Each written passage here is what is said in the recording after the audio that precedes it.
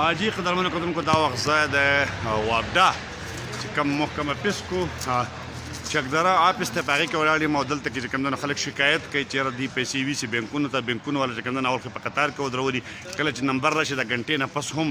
او دننه شي سړی نه هغه ته بیا د هغه نه بیا بیلونه نه اخلي په دغه حواله باندې د وابډا اهلکار او هغه خلک چې کوم متاثره دي هغې څه وایي هغې واورئ. حاجی قدرمنو کتونکو دا وخت زه د چکدرې وابډا چې کوم سب ډیویژن د په هغې کې ولاړ یم او دا د پیمید خان ما سره ولاړ دی. دلته کې د سر چې کوم په دې جیب لاس کې دا پیسې دي او دلته نور هم دلته خلک ولاړ دي او دا پیسې زما په خیال چې بینکونو ته تللې وې او د هغه ځای نه واپس راغلي دي. نو په دې حواله باندې پیمید خان څه مسله ده؟ دا وروره داسې مسله ده زموږ د څومره دلته کې کم ویلیبل کنزیومر چې دي دا ځي او بیلونه وړي او په بینکونو کې ولاړې په دې باندې بله ورځ هم ډېر ښه پروګرام شوی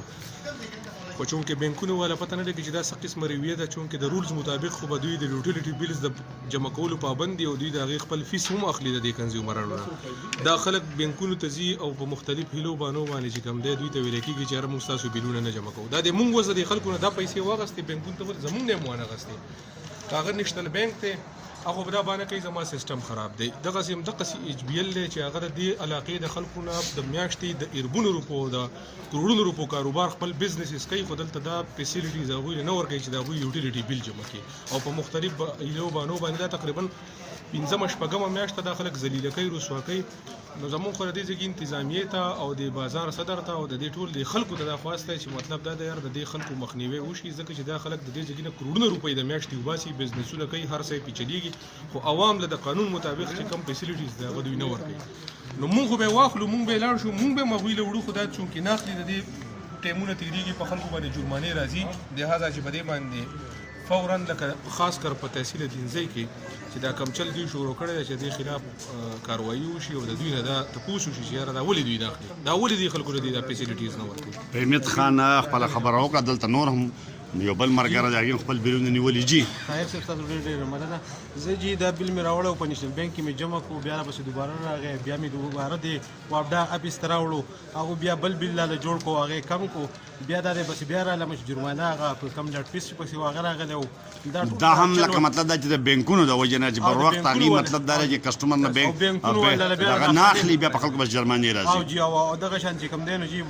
بینک وال نیشنل بینک وال له ډاکخانې نمبر راکړو چې تاسو هلته ولې نه جمع کوئ او دا ته پلان کې ته ووایه دا پلان کې ته ووایه دغه ستړي جوړه کړې ده کله یو خوا منډې کله بل خوا د خپل روزګار نه هم وایستو مسلې راته هم دي او بیا جرمانې هم راځي کرایان هم دي او دلته کې په دې لار کې داسې چل کېږي چې خلک د خلکو نه جبونه هم وایي د دنیا پیسې ضایع کېږي څو څو کسان نه وویلی شو لکه ټول ستړي دي جي. نو عرض دا دی چې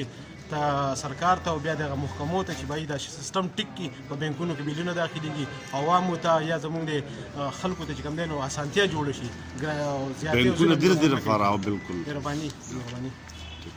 نو بیا اوس بیا وځه زه فداء الرحمن یم د علاقې چې کوم دی ویلج کونسل شرقي یوت کونسلر یم. ما د دې خلکو دا خبرې واورېدې زموږ دا ملګری ده ته هم دا مسله راپېښه شوې وه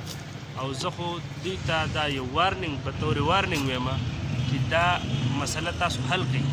کم سے کم او که حل هم نه کړه او دا مسله زیاته شوه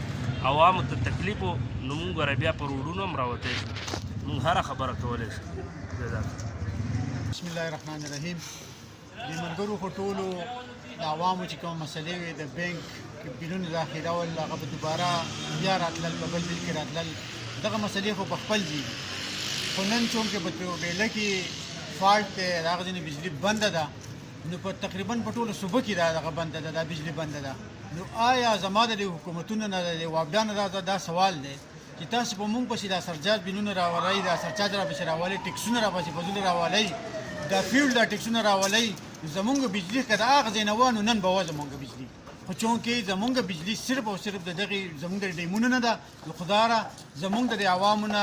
دا سرچارج بیلونه دا چې کوم د ټکسونه پسې راځي دا دې ختم کړئ او اصلي معنو کې چې زمونږ کم حق کېږي کم دغه د بجلۍ بیل کم جوړېږي هغه بیلونه به موږ مطلب چې په اوبو کومه بجلي ده هغه دې موږ ته راکړئ. بالکل د هغې چونکې نن دا خو ثابته شوه که نه چې نن د تربیلۍ نه د بجلي بنده ده نو ټوله بنده ده نشته ده که زمونږ د فرض که د فیول بجلی و نو زمونږ به نن بجلی وی که نه او په کاله چې پنجاب د تیلو سرچارج زمانه اخیستی کېږي نو چې هغه بجلي نن ماته راغلی نن وی ماته راغلی وی نو خدا را موږ دغه کوو چې زمونږ په عوامو باندې رحم وکړي او زمونږ کومه بجلي چې ده هغه موږ ته هغه بیلونه موږ ته سرچارج کوي مو هغه بیلونه موږ پسې راولئ موږ پسې زیاتې ګڼې بیلونه مه راولئ مهرباني